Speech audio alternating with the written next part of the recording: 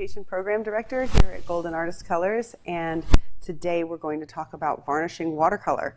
If you've never really thought about varnishing a watercolor, it's an interesting proposition, especially since it's kind of a non-traditional way of thinking about watercolor. Typically, those of us that paint in watercolor think about the importance of the paper and how we display that behind glass, but there's another way of handling that. We can actually mount our papers to panels, remove the glass, and use varnish to create that protective layer against the environment and the damaging rays of UV light. So today we're going to unpack that conversation and take a look at the benefits of varnishing watercolor. We have our material specialist in the chat, and she will be handling all your questions today. We have our producer here with me, as well as our community manager, who can feed me some questions as well while we're live. So we hope that this is beneficial for you and that you enjoy unpacking this process with us. So Todd, if you could go ahead and switch to the overhead. Thank you. So here we have a few examples of some quick little paintings we made in social media this month on core watercolor grounds. This one is actually a little painting that we made on our cold press ground. If you're interested in watercolor grounds, they are acrylic preparations for non-traditional substrates. Like this is actually a piece of gator board, but you could put this on a canvas or wood. We have those grounds. Actually, there's information on that at our Studio Elements site, so you can visit that for more information. And there they are. We have watercolor ground, light dimensional ground, and cold press ground. The one in my hand is actually cold press ground. We have, this one is a similar little painting made on the watercolor ground. You can see it has a different effect. And this one is on our light dimensional ground. And what we have done is we actually varnished two of these pieces. First with a gloss varnish and then with a matte varnish, and we'll talk about that process in a moment. But at the end of this live stream, we are going to take these three paintings and submerge them in water to show you the effects, the positive protective effects of a varnish, and we won't know which one is the actual unvarnished piece until we do that. So that should be a fun little reveal.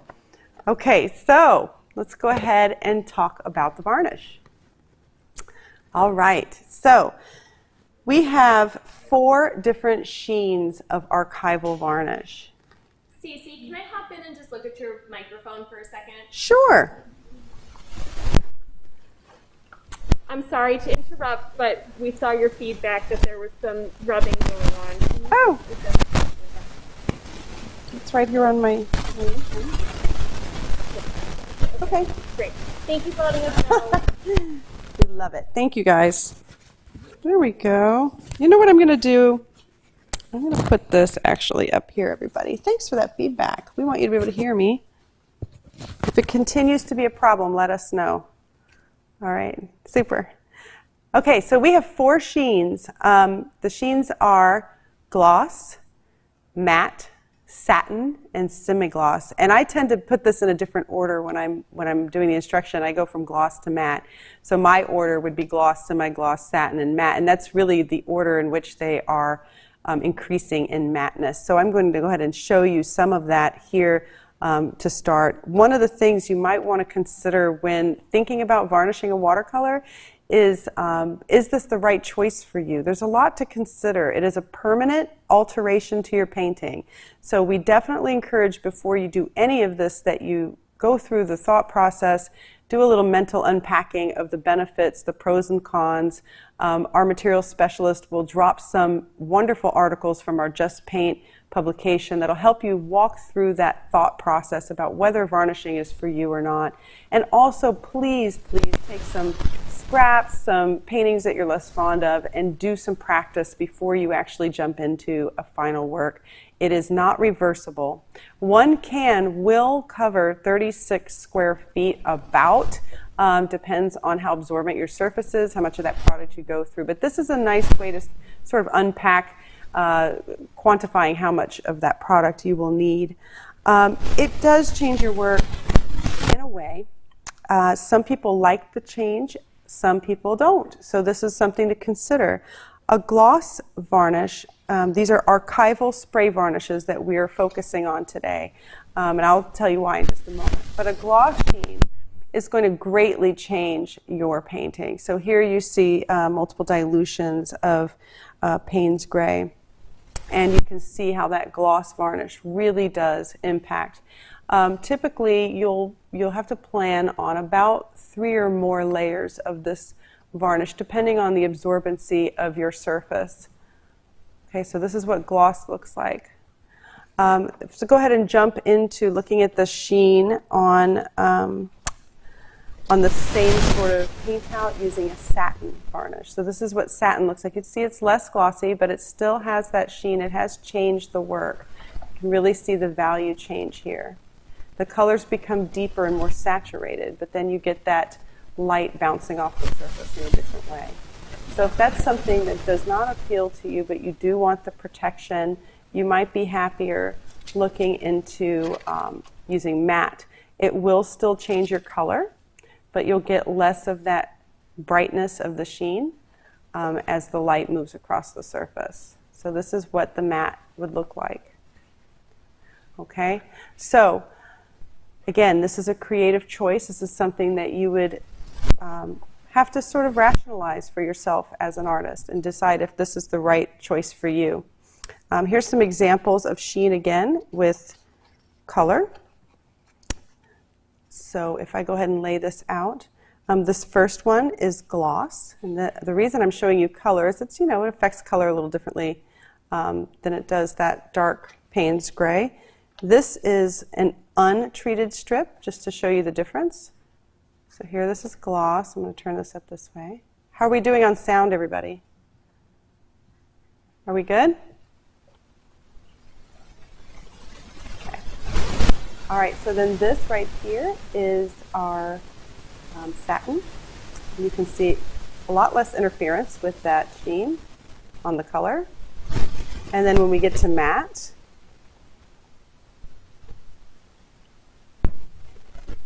actually got these mixed up. I thought that was not, I wasn't seeing the light reflect off of this. This is actually satin. Do you see how the difference? It's a little glossier, right? I was wondering why my satin under the camera wasn't showing up, but it's because it was matte. There's the matte. There you go. So something to consider is how this will impact your color and how you see the work. The trade-off is you don't have that glass in between. By doing this, you give yourself a lot more creative freedom. You can work on different substrates. There's nothing between the viewer and the artwork, which is a really lovely opportunity. Something to consider. This is, we have other varnishes made here at Golden. The best recommendation I can say for your watercolor would be the spray archival varnish. Our spray varnish doesn't require any agitation of the surface on that watercolor, which is very sensitive. You don't want to use anything that you really have to sort of work into the surface, especially if you can imagine, you don't want anything that's water soluble either. So our other varnishes that are acrylic based, you don't want to do that. So this is a mineral spirit acrylic. It is a solvent based product and it sprays on. So you need the right environment to use this. It has UVLS, so it is going to protect the watercolor from the damaging effects of UV light. It actually gives you a lot more time with that pigment and color by having that UV protection. Okay, so are there any questions?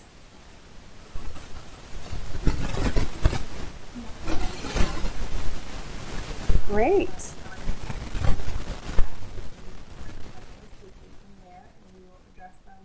As many as we can during the video and the rest shortly after. Wonderful. Okay, so let's get a little deeper into these sheens. And if you have any questions, I'll break again after we go through some instruction about how to actually start varnishing. And then after that, we'll pour the water on top of these paintings. So let's go ahead and take a look at this. this is a comparison between the gloss and the semi-gloss. This is an untreated surface. So you can see again, this just sort of, drives home that point I was making before about how a varnish can impact your finish on your watercolor. Now, gloss is a handy archival spray varnish to have around, because even if I'm going to create a varnish on a piece that has a different sheen, I will want to use the gloss as a sealer. If you can imagine, if I start to add a bunch of textured layers to a watercolor, I can create haze. I'm going to show you that in a moment. So gloss is one to have in your toolbox, whether you want this finish or not, if you are considering varnishing watercolor. So this is the gloss and this is the semi-gloss. They're pretty close in sheen. Gloss here, just to show you, this is an area where it just didn't get as much coverage. So even gloss that's put on thinly and only like one layer could appear as semi-gloss. However, it doesn't seal. So you want to make sure that what you use in enough layers to really protect that watercolor. So here is an example of, sorry, I've got some little white things on here, but this is an example of the gloss next to a satin. So this is over our light dimensional ground, which has a very heavy-handed coat of Payne's Gray. And you can see here the difference in sheen between gloss and the satin. What is interesting too is how these sheens will interact on a textured surface. So if you start stretching and expanding your creativity with watercolor and you use the acrylic grounds, you'll see that the actual varnish will impact how you see those grounds and where the sheen will hit on those little peaks and whatnot. Here is the cold pressed ground with gloss, satin, and matte. These areas here have no treatment, and you can see how that color is deepened and saturated. Okay, so let's go ahead and get into instruction on how do I do this. Well, I'm not going to give you all the details. We have a wonderful video that will step you through all the details. I would definitely recommend that if you're going to consider doing this, that you join us today, get a sense of how this works, and then go back and watch that video. We also have our materials specialist that you can call anytime if you have any questions. We can also email them at help@goldenpaints.com. And there's the information there at the bottom of the screen. So before you get going, I did mention before that you will want to practice. Probably one of the most difficult things to get down and get right when you decide to varnish a watercolor is spraying. You want to make sure that that spray is even. And here we have a little clip from that video link. You want to go ahead and throw that up there again?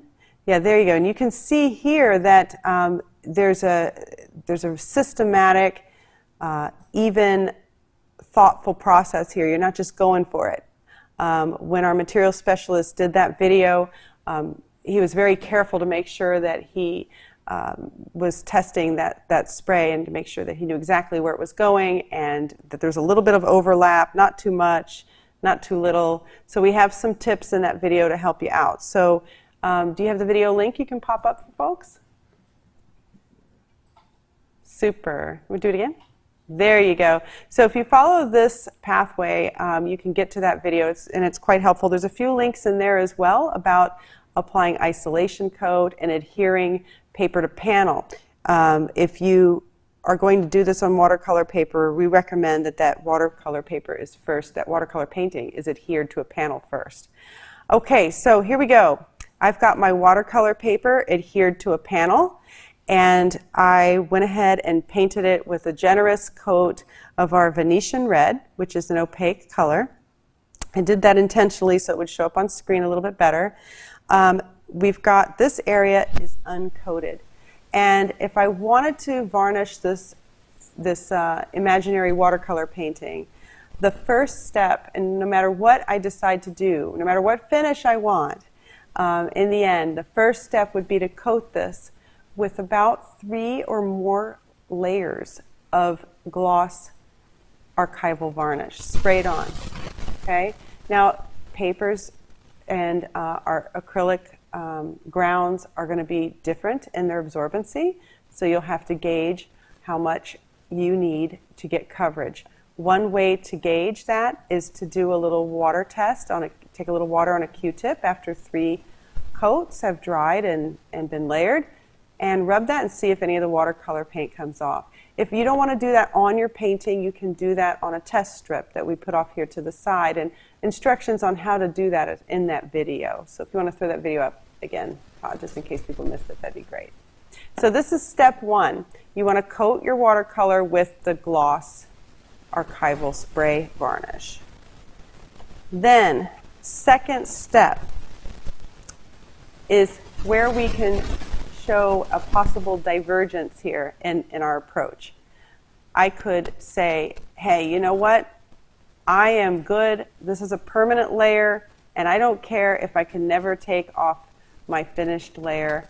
I'm not concerned with a removable varnish here at this point. I just want to change my sheen.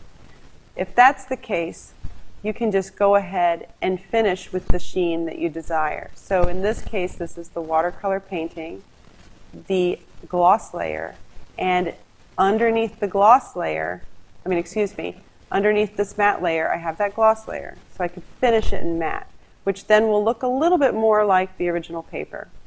So just to restate that in a way that's maybe clearer for you, what we did with this is we actually spaced out our steps to show you. Bottom layer was the watercolor painting. The intermediate layer was the gloss archival spray varnish. And in this case, this theoretical artist wanted to have a sheen that was similar to paper, so they chose matte. So the final layers were done in the matte varnish. Okay?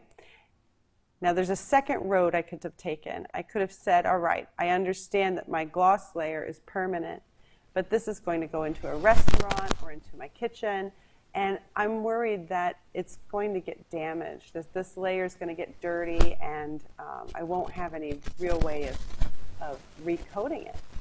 What you could do is you have this gloss layer that, like I've said a few times, you can't really remove this layer. It's permanent. It's sealed your painting. But what I can do is I can put an isolation coat on top of my gloss layer before I put my final sheen. That isolation coat will then make it possible for me to remove my final sheen or my final layer, clean my work, and reapply it. That is an option, and it's delineated beautifully in that video. So if you'd like to know more about that, you can follow that link. But here's an example of that process. So I'm going to go ahead and skip to right here. I have these are the layers. If I wanted an isolation coat, how I would get there, I would have my painting. Then my first couple of layers would be my gloss archival spray varnish, which seals my surface. Then I would take this product, which is a water-based product, and I would apply an isolation coat right on top of that glossy coat, which would then make it possible for me to remove my final coat, which in this case was again a choice to be matte. I could have put gloss again, I could have used semi-gloss or satin, but the matte archival spray varnish was the last step here. So underneath this right here are these other layers. So you can see that I can get to something similar to my watercolor paper in a removable varnish layer. Are there any questions before I show you something else? I know that was a lot to digest. Nothing live right now. Super. Okay. Keep the questions coming. It's great to see them in the chat. And I hear a lot of typing going on over there, so I really appreciate our material specialist help on this. I want to show you what happens if you don't add the glossy layer and you just put matte on top of your watercolor paper. So watercolor paper can be quite absorbent, and matte archival spray varnish is matte because it has matting solids in it. And those are little particles that if they build up too much, they can be quite hazy. So if I don't get the spraying right and my surface is super absorbent, I can end up with something like this. And if I did not put an isolation coat down first, I wouldn't be able to remove that. So if I just went from my painting to my glossy layer to a matte layer and didn't get the spray right, it'd be hard to remove that. If I didn't put the glossy layer and I went right to a matte varnish, the changes in the absorbency, because I didn't seal it, could also cause something like this. So just be aware of the fact that this gloss layer will help reduce that absorbency, and the isolation coat will help you remove your final sheen. Okay, I hope that was clear. It's a lot to digest, and we do have that video, so I just will keep referring to that. All right, sorry for the blank screen there for a second. We're back to this. So I can't wait to destroy something. Isn't that funny? This is going to be a great example of how these products can actually protect your watercolor painting. So, I mean, I really hope that no one's painting gets submerged, because, you know, your substrate and everything else may not be up to the task, but for this demo, this will be fun. We have a watercolor painting on the watercolor ground, on the cold press ground, and on the light dimensional ground. And we don't know, well, I might know, but let's say I don't. We don't know which one is varnished, or at least, you know what? I don't think our producer or our community manager or material specialist knows which one is varnished or not varnished, so this should be fun. All right, so what I'm going to do is something that you will never want to do to your watercolor painting, and I'm going to put all of these here in this tray, and I'm going to dump a bucket of water on it. All right, here we go. This should hopefully drive home the point. Here we go. Oh my gosh. I am not holding back. All right, look at that. Look at how these two beat up, and this did not. So I'm guessing this one was not varnished. There it is. That one's not varnished. Okay, so look at this. This is a varnished piece. That water rolls right off. Let's agitate it just to prove it to you. Look at that. Fantastic. How exciting. All right, this one, nothing. You know, you love it when a plan comes together, because we did varnish these. You know, we could have made a mistake and not had an even coating, and I could have done this little demo, and this part might have been gray, and this part might have been water soluble. So, but nope, we got an even coating. It looks terrific. Look at that, the water beating right off the surface. Awesome. Okay, now we've got the last one. That's so sad. This is what would happen if I didn't varnish my watercolor. Look at that. All right. Rework it now. All right, that was way too much fun. Okay, so hopefully this was helpful for everyone, and I think we're about there. Thank you for joining us. If you have any questions about varnishing watercolor, because we know it can be a lot to digest, feel free to reach out to us anytime. You can email us at help@goldenpaints.com. And hopefully showing this to you opened up your mind, got you to think creatively about the potential of these watercolors. You don't have to necessarily work behind glass. Watercolor has a tremendous reach and potential. It can be hanging up in the gallery right next to an oil painting on a canvas. We're there. Okay, so thank you, everyone. Any last minute questions? Awesome. Have a great day, everybody. Thank you.